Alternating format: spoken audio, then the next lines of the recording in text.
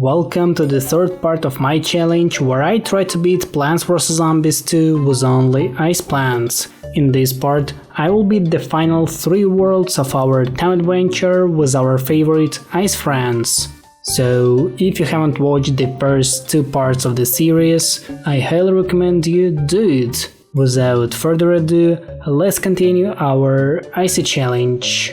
Get ready for a journey full of monsters, my prehistoric friends, because we are moving to the Jurassic Marsh, a world of giant dinosaurs and delicious cobblestone. It is the 9th world of our time adventure and yet another hope to find Dave's Taco. Today, we will have lots of fun while dealing with various dinosaurs and an insanely strong gargantuar. Without further ado, let's dive deep into a new time adventure. Alert, user Dave, my sensors indicate we have moved millions of years into the past. Yubbers, that's before I was even born. Correct, we seem to have landed in some form of Jurassic Marsh. I knew I smelled more oxygen. That's right, Crazy Dave, because the local zombies are way tougher than all previous ones. Even day 1 of the Jurassic Marsh wasn't easy, as it contained 2 waves of zombies and lots of bucketheads with fossil heads. It was way more than enough to scare me, and that was only the first level out of 32. This epoch is known for its unusual life forms, user Dave. I know, gymnosperms, right? You were pretty close, user Dave, and that's not even a joke. I was thinking more in terms of saurians, user Dave, dinosaurs. T-Rex vs Paleoloxodon medicus. Who would win? Let me know in the comments. Well, it was my introduction to day 2, which included our first dinosaur, a blue one called Raptor. This guy isn't the most dangerous one, but he can definitely cause us some troubles. Fortunately, I had a chance to try out the Miss Celto in a new reality, and it obviously worked perfectly. Don't forget about using the Ice Queen on that stage. Day 3 was the first conveyor belt level, so let me tell you an interesting fact about dinosaurs. Did you know that the first dinosaur was described only 200 years ago? In 1824, English naturalist William Buckland recognized a huge reptile that wasn't a known living species. The creature he discovered was Megalosaurus. I hope you enjoyed it. On day 4, I realized that the snow pea wasn't as efficient as it was in the previous 8 worlds, where he could easily destroy all the zombies by himself. The zombie spam, combined with the dinosaur punch, became a huge problem for our snowy friend. However, even that couldn't stop us from beating the level with our favorite pea shooter. On day 5, the zombie spam got even worse, and the Jurassic Imp wasn't the best present either. Without a normal amount of sun, it reminds me more of a survival game rather than a home defense.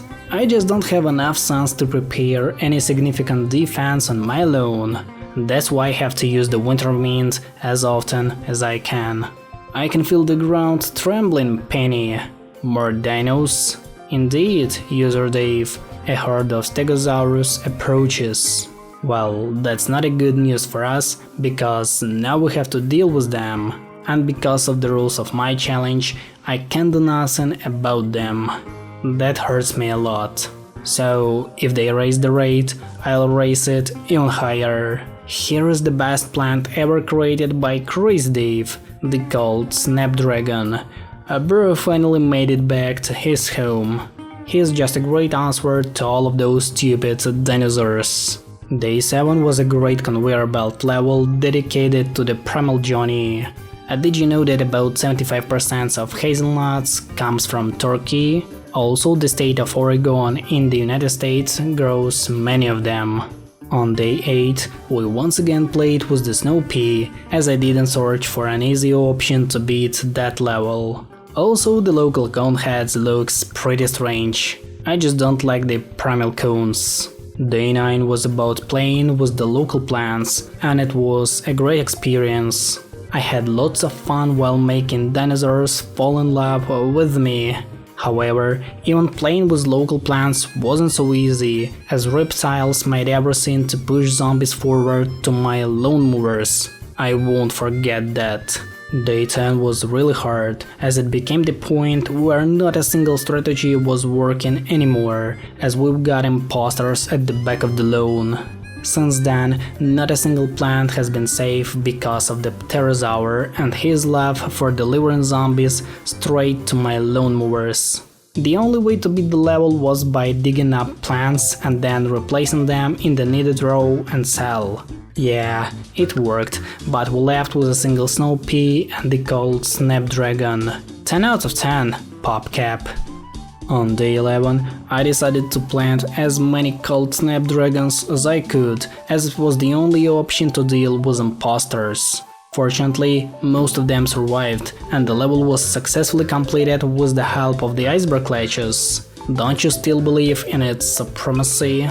On day 12, I couldn't lose more than 6 plants, but at first I thought I couldn't plant more than 6 plants, and everything was fine. I would pay $100 to see my own reaction when I found an opportunity to beat the level right before failing it because of the primal gargantuars. Those guys are really tough, but I'm smarter, and that's why I beat them.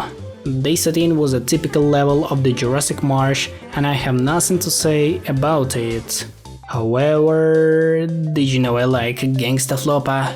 I would hire this guy as my bodyguard. Day 14 was yet another conveyor belt level, which included my favorite grape shot. Nothing is better in this world than a good explosion of juicy grapes. There is no more place for an interesting facts, because the whole video will turn into a compilation of interesting facts. That's enough. However, day 15 was a hard one, as we had to protect Johnny the Walnut from the primal bites. That's why I decided to take the heavy artillery, the Ice Shroom. That dude can defeat any type of zombie, especially the heavy ones. He is literally a killing machine that nothing and no one can stop. Even the primal gargantuar was shocked by his toughness. Oh, and after successfully finishing the level, we received a meteorite. Look, Penny, a fresh star honky. A meteorite. Curious. My records indicate this should be bigger, like super burrito sized, more like super Seattle sized. I hope history hasn't gone awry.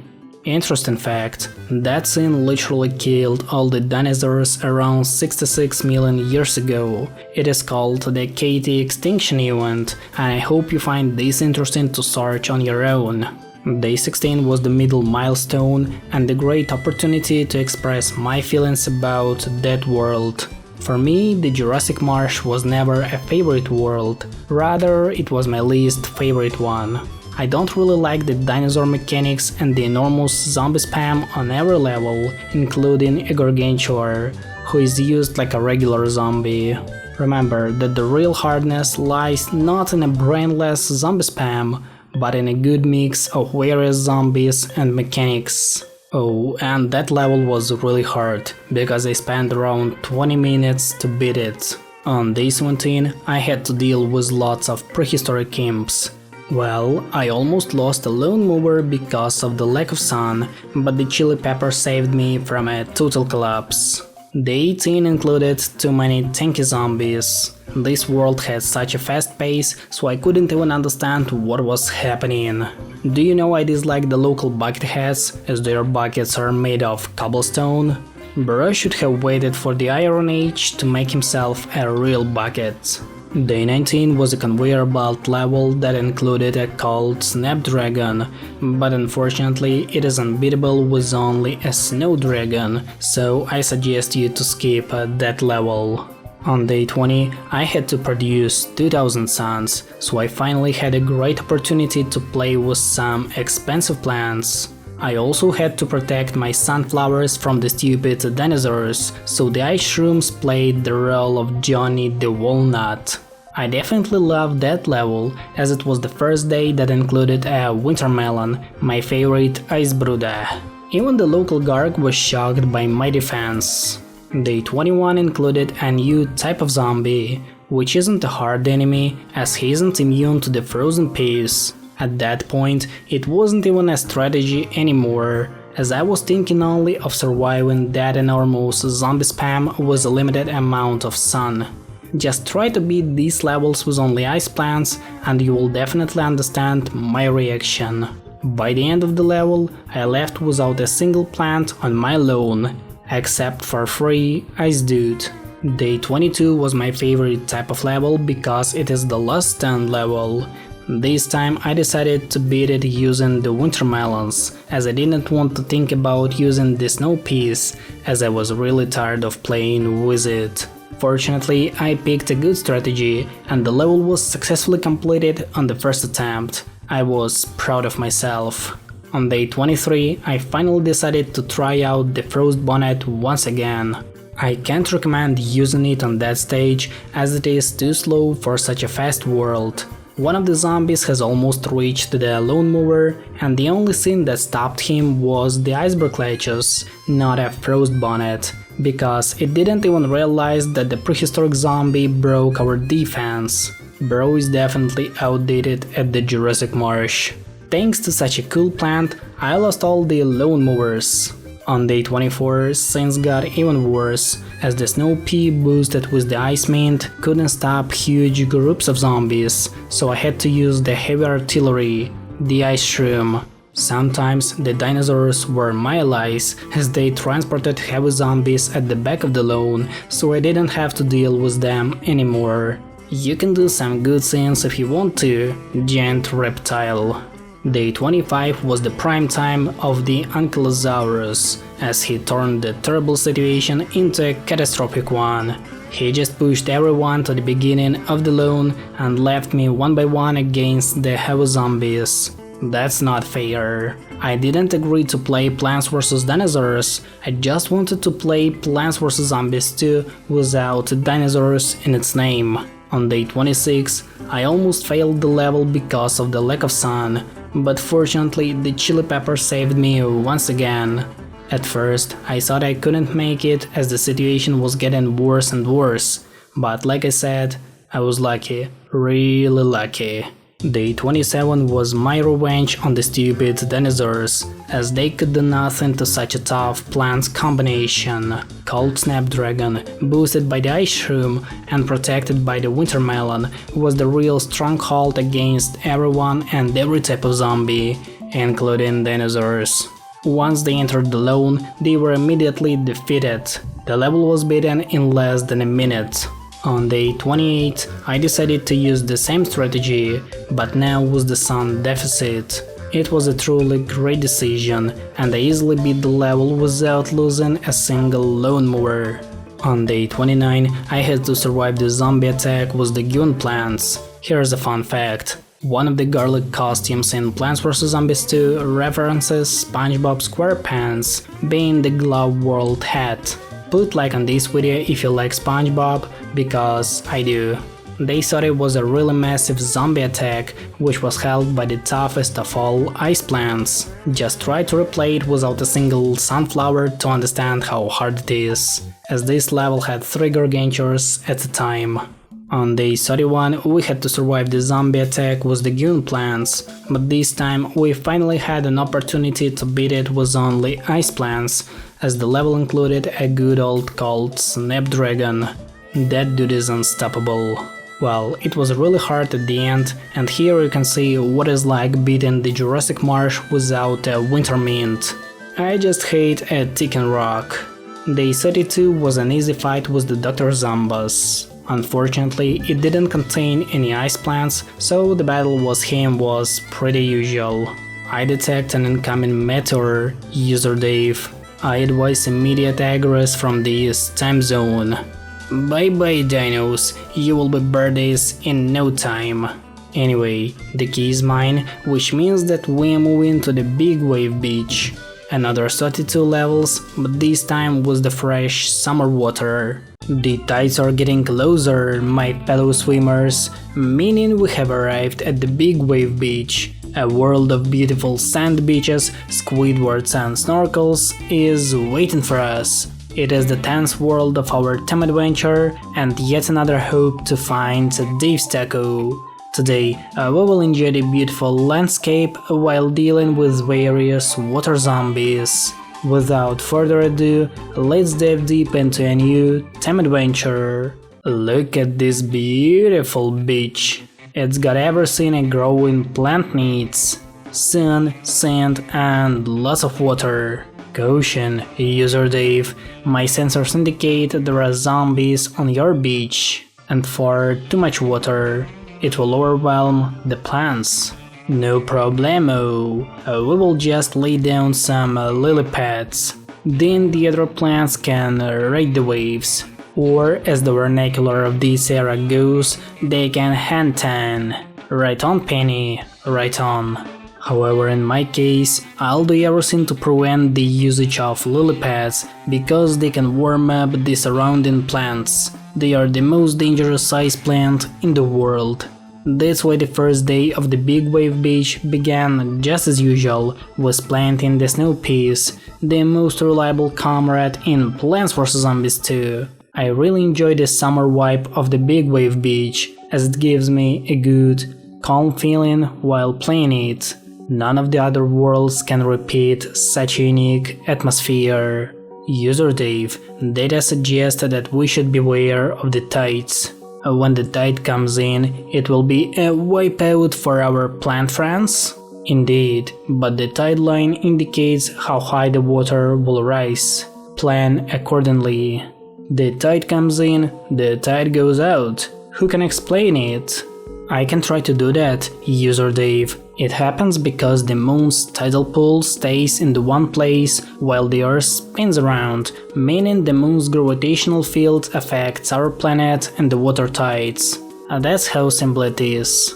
Besides such a great explanation, day 2 was dedicated to the mistletoe, because the local zombies had never seen snow, so it was a good chance to show it to them.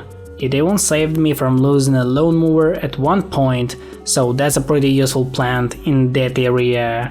Day 3 was dedicated to Chomper, one of my favorite plants in PVZ 2. I guess it's one of the best conveyor belt levels in the game because it's simple and it also contains lots of chompers, allowing you to try a plant that is finger-licking good.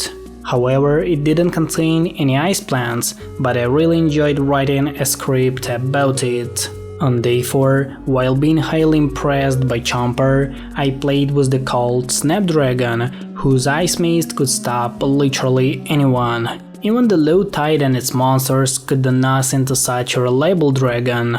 Besides that, I decided to decorate my lawn with some iceberg ledges, making it hard for zombies to reach the coastline, as the ice defenders protected it from the both sides. Day 5 was yet another conveyor belt level, but this time without my favorite Chomper. The level was entirely ruined because they left me one by one in a team with Johnny and Pea-Shooter. Those fellows were failing against everyone. On day 6, I had only 2 available seat slots, so I chose to take a snow pea and an iceberg lettuce, as it was the bare minimum I needed to beat the level. It was also the first time we faced a new tough enemy, the snorkel zombie, who is immune to the frozen peas while being underwater. That's not good in the case when lily pads are forbidden to be planted, but now it's not a huge problem. Of course, not without losing some snow peas, but the level was successfully beaten. On day 7, I had no safe cells, meaning I had to beat the level with limited lily pads. The mistletoe was the best choice in this case, as it was the only option to reach the zombies in every corner of the lawn. I also found a legal way to get some additional space by using the plant food on a needed plant. It allowed me to plant some more called snapdragons and secure the weakest lanes. It was one of the best levels of the Big Wave Beach, as it combined real hardness with an awesome strategy. Day 8 was an awesome minigame, a bowling bulb level. It was an awesome experience, as I love bowling and those cute looking colored balls. Am I the only one who enjoys the local aesthetics? The big wave beach background is the best in the whole PVZ 2. I wish I could play and see the whole picture while beating the levels, but unfortunately I can't. Day 9 was the first level with 4 waves, so we had to take it seriously. My main strategy didn't change, as Snow Piece is still the best option to deal with any kind of zombie. I found the only working way of dealing with Snorkel Zombie, and that's the Mistletoe, whose snowballs can easily take them down anywhere. Well, it's not perfect, but it is something. Day 10 was yet another conveyor belt level, so let me tell you an interesting fact about coconuts. Did you know that it's not a nut at all? Rather a stone fruit. So the coconut is in fact a delicious cobblestone I have always talked about. On day 11 we had to survive the zombie attack with the given plants, but this time everything was pretty usual, except for the surfer zombie, who appeared on our lawn for the first time in this challenge. He wasn't a huge threat to me, so the level was completed without any issues. Day 12 was finally a last stand level. So on my first attempt I tried to beat it with 3 winter melons, but it obviously didn't work. That's why I decided to subtract 1 melon and add 5 snow peas, which created a perfect balance on the lawn. Nothing and no one could break through such a reliable defense line. Even day 13 couldn't stop me from playing without lily pads. It was hard, but I used all the available plant foods to double the number of available lily pads to finally plant some snow plants. Luckily, I was expanding step by step, increasing the number of the mistletoes, allowing me to finally relax and enjoy throwing snowballs at the beach zombies. On day 14, I had to survive the zombie attack with the given plants. This time, a great combination of jumper and bowling bulbs allowed me to rest a bit from playing with snow plants. It was a good level, and chewing the zombies was the best part of it. Unfortunately, day 15 was the first level that was impossible to beat without the lily pads, because at one point the water line went right to the pre-planted potato mines on the banana cells, and I had no option to deal with so many snorkels at a time. Even the mistletoes couldn't save the situation, as the zombie hordes were enormous, so that's why we had to plant an additional column of lily pads was called snapdragons to ensure that our little potatoes were safe. Oh, and after successfully finishing the level, we received a bingo. Look, it must be time to play beach zombie bingo. Bingo, user Dave, it's bingo. You already won, Penny? Wow, you are good at this. Something is weird about this game. Right, Chomper, how did you actually get there? Day 16 was one of the hardest levels in the game, but it was nerfed since I last beat it around a year ago. However, it is still a good chance to express my feelings about that world. The Big Wave Beach is for sure one of the best worlds in PVZ 2, as it combines good and unique mechanics, interesting zombies, and really good plants. I told you a lot about its atmosphere, but it's the thing that I love the most about the Big Wave Beach. Every time I play it, I remember going on vacations to different countries, which makes me feel really happy. Thanks for such a cool and unique world, PopCap. Day 17 was decided to be beaten with only the mistletoe, and it was a good decision, because it turned a normal level into a hard one. At one point, I thought I almost failed it. However, we didn't lose it, as I managed to recover and stop all of them by planting even more snowball machines. Day 18 was dedicated to my little bro Crocodile. This avocado throwing machine is just crazy. All you have to do is find the right way to use it. Of course, the level didn't contain any ice plants, but I had a lot of fun while building my own crocodilian empire. On day 19, the snorkel zombies became even more annoying, consuming many of my snow peas. I couldn't forget that. However, the rest of the level was pretty usual, except for some annoying Squidwards at the end of it. Yet I didn't lose a single lone mover. I'm still not defeated. On day 20, I used my chance to play with the ice shroom as the number of available lily pads was limited. It didn't work like I wanted because the octo zombie destroyed the entire defense with his friends and I could do nothing to them. I was losing it even before reaching the final wave, but after that the situation became so bad that I had to restart the level. This time I played with snow peas and it worked so well that I lost only one lone mover at the end of it because of the scary looking gargantuar. Did I tell you that snow pea is the most reliable ice plant in the game? Because it really is. Day 21 was yet another conveyor belt level, but this time I didn't prepare any interesting facts for that level, so I suggest you skip it. On day 22, I discovered the best strategy against the fisherman zombie, and it's called the mistletoe. Those stupid fish lovers could do nothing to me because I didn't plant anything on their rows. Yeah, I lost some lone movers, but I didn't lose the level. Take that, fisherman.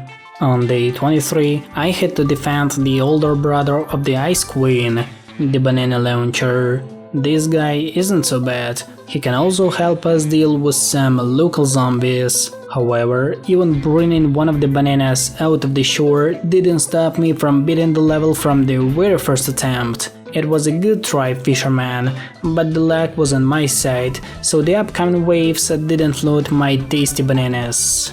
Day 24 was my favorite bowling bulb level. Did you know that the first indoor bowling lane was constructed in New York City in 1840? Well, Americans have been playing bowling for almost 200 years, which is a lot. By the way, I had a lot of fun while beating such a great level. Day 25 was the most interesting level of the Big Wave Beach, as I spent more than 5 attempts trying to beat it not only with the ice plants, but also with the lily pads. This was a true nightmare for me, as I had to reach a few objectives at a time, making this level even harder. And every time something went wrong with this level. Once I even gave up and played it like a normal one, but then promised myself to come back and try it again. And I started thinking a lot. Algebra is like sheet music. The important thing isn't can you read the music, it's can you hear it. Can you hear the music, Robert? Yes, I can. So I started combining different ice plants, but the main one was the ice shroom. I had lots of trouble while doing that with lots of annoying zombies who tried to do everything to stop me. Most importantly, I did it without the lily pads, with a single goal of reaching the final wave and then leaving it one by one against the zombies, as the number of available suns was rapidly going to 0. So here comes the final wave. I left with 450 suns and a full health gargantuar. I thought I had lost it once again, but the winter mint, in combo with a single plant food, did everything I needed, and the level was finally completed. That was a really great adventure. It's time to launch some bananas because day 26 is dedicated to Johnny and his banana friend. Well, the mistletoe is still better than her older brother. I made many attempts to beat day 27 as none of my strategies worked. Yet the combination of ice shrooms with lily pads allowed me to beat the level successfully and save all the lone movers. I was really proud of myself. However, day 28 was really easy. I have nothing to say about it. Previously, it was one of the hardest levels in the game, and now it's just an average level of the Big Wave Beach. That sounds kinda sad. Day 29 was my favorite last stand level, which I decided to beat using the power of the winter melons. Everything went so well that I didn't lose a single one, and I just enjoyed the work of my ice machines. Don't forget about the mistletoe, which also played an important role today. On day 30, I had to protect some delicious crocodiles planted on the banana cells, but it wasn't as hard as one might imagine, as I brought some tough guys with me, which allowed to build a strong defense and even defeat an underwater gargantuar. Day 31 was pretty easy, as I had to survive the zombie attack with the given plans, so such a level can be easily skipped. Day 32 was one of the easiest fights with the Dr. Zombies. Unfortunately, it didn't contain any ice plants, so we defeated him just as usual. A plant zombie romance? That's just crazy. And I know a thing or two about crazy. I concur. I suspect Dr. Zambos was attempting to sow seeds of this content. From now on, we are the only ones sowing seeds around here. Anyway, the key is mine, which means that we are moving to the modern day, the final world of our time adventure. This time we will beat another 34 levels and finally get our taco back. Get ready for the final time adventure, my fellow ice lovers, because we are moving to the modern day. A world of American football and the new newspapers is waiting for us. It is the final world of our time adventure and the last hope to find Dave's taco. Today we will do everything to eat it once again after dealing with various zombies and time portals. Without further ado, let's smash the heads of the modern zombies. Aha, Project Paradox begins now. Timeline alert, user Dave. We have arrived moments before our departure.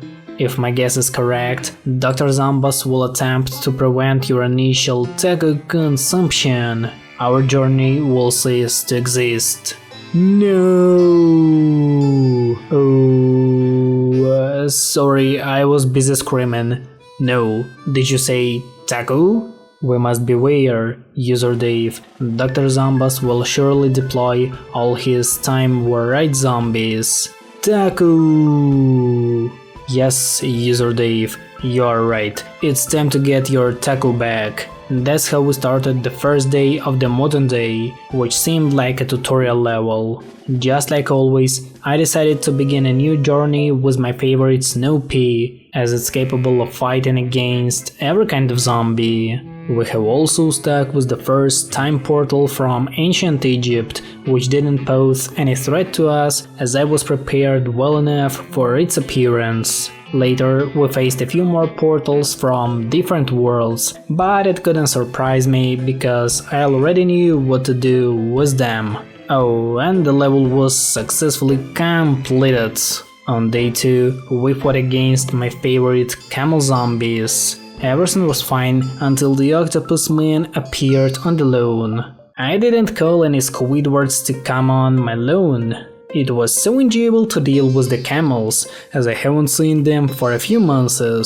Even Gargantua on the second level of a new time adventure didn't impress me, as I got used to deal with those giants in the previous 3 worlds. I don't think that anything can impress me now, as I have seen everything that this game can show me. Day 3 was a pretty funny conveyor belt level which didn't include any ice plants. However, it is still a good chance to tell you something interesting. Did you know that the modern day was released over 9 years ago? Meaning we haven't seen a new world in PVZ 2 for almost 10 years? That's a lot. When modern day was released, I was 12 years old, and now I'm almost 22. The time passes really quickly. On day 4, we saw some more annoying zombies from the Neon Mixtape Tour, but fortunately, my snow peas were capable of holding the zombie horde at a large distance, allowing me to plant the Ice Queen, the mistletoe. That was the best possible way to deal with the local Gark. On day 5, we had to deal with the zombies from the Lost City. So, to make the gameplay less repetitive and more enjoyable, I finally decided to use the Ice Shroom in combo with called Snapdragon, as nothing and no one can stop such a reliable combo. It also allowed me to save some more suns to plant even more ice plants.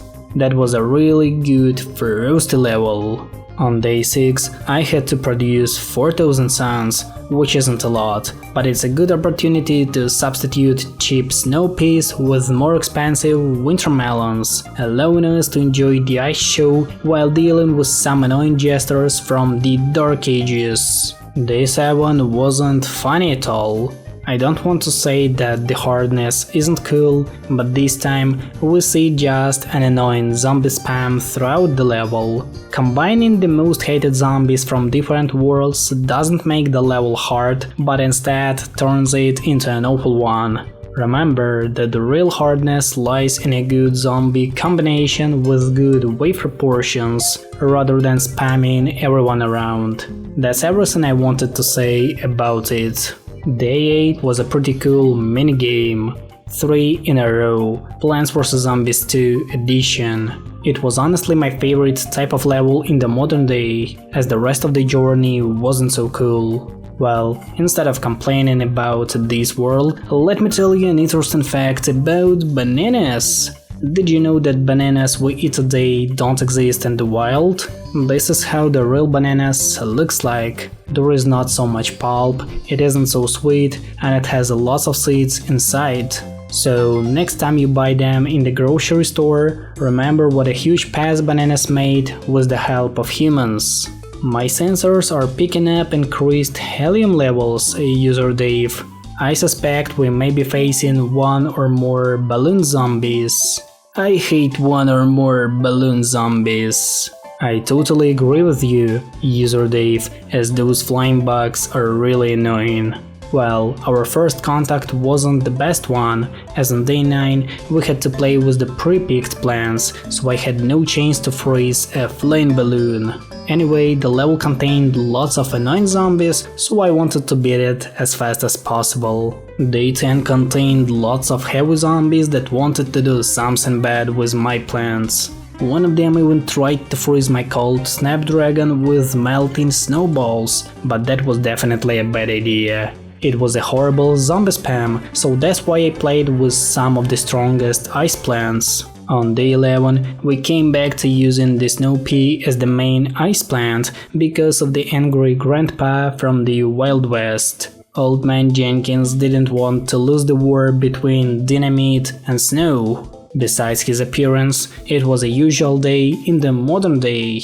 On day 12, I had to lose no more than 10 plants, and I almost did it on the first attempt. However, a single cone hat didn't give me a chance to easily beat it, so I had to restart it. On my second attempt, everything went fine, as I was more accurate in choosing plants and using them on my own. Take that, cone hat. Day 13 was yet another 3 in a row minigame, so that's a good chance to tell you something interesting. Did you know that May 17th is the International Walnut Day? Let's celebrate it and eat at least a few walnuts this day to showcase our respect for Johnny the Walnut. On day 14, we had to play with some local plants, giving us a great chance to feed the primal imp with delicious garlic. Well, the stinky dude isn't as bad as I thought it was, so go ahead and play with garlic, as he is finger-licking good. Oh yeah, it was the level of the Lil Gork. Bro seems like an overgrown imp. On day 15, we had to protect the Primal Johnny, and the cold Snapdragon was for sure the best option for protecting our cobblestone friend. My snowboys were so cool that not a single balloon could go through them. Even Imp Cannon couldn't deal with the freezing ability of Chili Pepper. And that was undoubtedly the most unexpected ending of the level, as we received Taco. Is that the end of our time adventure? Look, Penny, my taco! No, user Dave, you must not. I detect high level of trappiness. But hungry Joe taco! Fools, you have fallen into my excruciatingly obvious trap. My vast and varied array of gargantures will pummel you into total oblivion. And then I get my taco? I don't know, user Dave, I would have given it to you a long time ago. Anyway, day 16 was dedicated to various gargantures, and currently it is the hardest mid-level in all PVZ 2, as this level truly depends on your luck and only then on your skill. This level showcases all the problems of the modern day as a world. It doesn't try to impress you with some unique zombies or features while beating it. Instead, it tries to show you a fake hardness, which is the worst possible way to finish the adventure mode. PopCap developers had a great chance to finish PVZ 2 with a great world with unique mechanics and zombies, giving us unique example of hardness we have never seen before. While the shadow plants were a great innovation to the game, the rest of the modern day is really bad, and it doesn't look like a final world of the time adventure. That's probably all I wanted to say about it. On day 17, I once again tried to beat the level using the mistletoe. I was surprised, as a single snowball machine could easily destroy the entire zombie horde without the major help of any other snow plants. That's why you should play with the mistletoe, as she is an ice queen, a real one. Day 18 was easier than the previous one, as the number of zombies was lower and none of them could pose a major threat to me.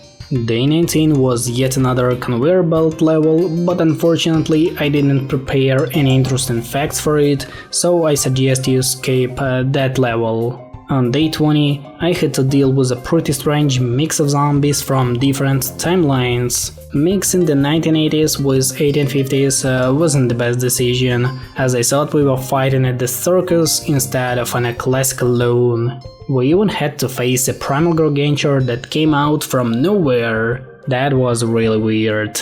On day 21, the ice shroom suffered a massive attack from the all-star zombie. Nothing and no one could stop such a fast runner. That's why my favorite shroom had to play the role of the shield instead of the main attacker. At one point it became so crazy that I had to mow the lawn only to get rid of some annoying zombies. Day 22 was my favorite 3-in-a-row minigame, which I finished in less than 2 minutes. Well, let me share some feelings and thoughts with you while beating it. I still can't believe that it is the last episode of our IC time adventure. I started this challenge in January and finished in April. Almost 3 months were spent making videos about ice plants. That's crazy. We started this journey with 3000 ice brooders, and at the moment of recording this video, I've got almost 6000 subscribers. Thank you all so much for supporting me throughout this journey, my fellow ice lovers. On day 23, I combined 2 of the best ice plants you can find in the game, and the result was crazy. Although I lost some lawnmowers, I managed to stay strong against the tough zombies on the remaining lanes. I was really proud of myself. On day 24, I used the same tactic, but now with only one goal: to simply survive the level, as the number of all-star zombies was enormous and I had no good options to deal against them. Why didn't they create an icy nut, so every zombie that bites it gets frozen? That's how simple it is. Day 25 was a pretty interesting conveyor belt level, an unusual one. But unfortunately, none of the ice plants could be restored on the lawn, so we had to skip the level. On day 26, I gave the Frost Bonnet its second chance to show itself in the realities of the modern day. Unfortunately, this plant is weaker than I thought it was, so I can't really recommend you use it in such a fast and hard world. Despite this, only the dinosaur's appearance impressed me, as I thought they became extinct 66 million years ago. On day 27, I finally unlocked the Cold Snapdragon while playing 3 in a row. That was a large achievement for me, as I want to do everything to use as many ice plants as possible. Oh, did you know about the brown bear that lives in a desert? It's called the Gobi bear, inhabiting the so-called Gobi Desert in Mongolia. There are only 31 living individuals, making it the rarest subspecies of the brown bear in the world, and the only one that lives in a desert. Day 28 was spent gathering 3000 suns and playing with the winter melon for the first time in the modern day, as it's typically unavailable for me. However, Popka the parrot stole my sunflowers a few times, but the captain didn't make it as long as his feathered friend. Oh, and the whole defense held on a single iceberg ledges right in the middle of the lawn. Don't you still believe in the iceberg ledges supremacy? Day 29 surprised me with its gravestones, which the Boeing said I easily destroyed, and that cost me only 150 cents. P means profit. The rest of the level was spent fighting against the new gravestones and dealing with the all-star zombie, which didn't want to stop for a second. If losing a few lone movers is considered a victory, then I'm a winner. Day 30 was definitely the hardest level of the modern day. I failed over 10 times before finding a worker strategy for such a hard level. However, let me show you a working one. The first rule was planting the ice room on the minecart, as it was the only right place for it. Then you have to plant 3 cold snapdragons in the middle of the lawn to stop all the upcoming zombies, and the third rule: save as much sun as possible to deal against the gargantuars. You'll have to defeat lots of gargantuars, and that's not as easy as one might imagine. After the final wave, I left with nothing and started dealing with 2 gargantuars simultaneously. At one point I almost lost it, but then quickly recovered and finished both of them with no plants on the lawn. Day 31 was so boring compared to Day 30 that I have nothing to say about it. It was a typical level of the modern day, which had a bad ending before fighting with Dr. Zombies. Like, what's the point of making a filler level at the end of the time adventure? That's not serious at all. Days 32, 33 and 34 were spent fighting with Dr. Zombies. Unfortunately, none of them contained any ice plants, so they could be easily skipped. I don't think it's the best ending for the game, as it took me around 15 minutes to beat them all. However, after beating day 34, we finally got a taco with a waffle. It's even better than the one we consumed some time ago. There are no more keys or levels, there are only you and me, which means that PVZ2 was successfully beaten with only the ice plants. I wanna say many thanks to everyone who supported me throughout the journey. I love answering all your comments and I put all my soul into doing that, so I hope to see many of them below that video. This challenge showed me that everything is possible, just like my favorite song says. I doubled the number of subscribers on my channel, got tens of thousands of new people to watch my videos, and improved my English, so now it's easier for me to create even better content. Yet it's not the final challenge on my channel, as I have plans for making a few more in 2025, so be ready to watch new videos pretty soon. Sincerely, your favorite Iceberg.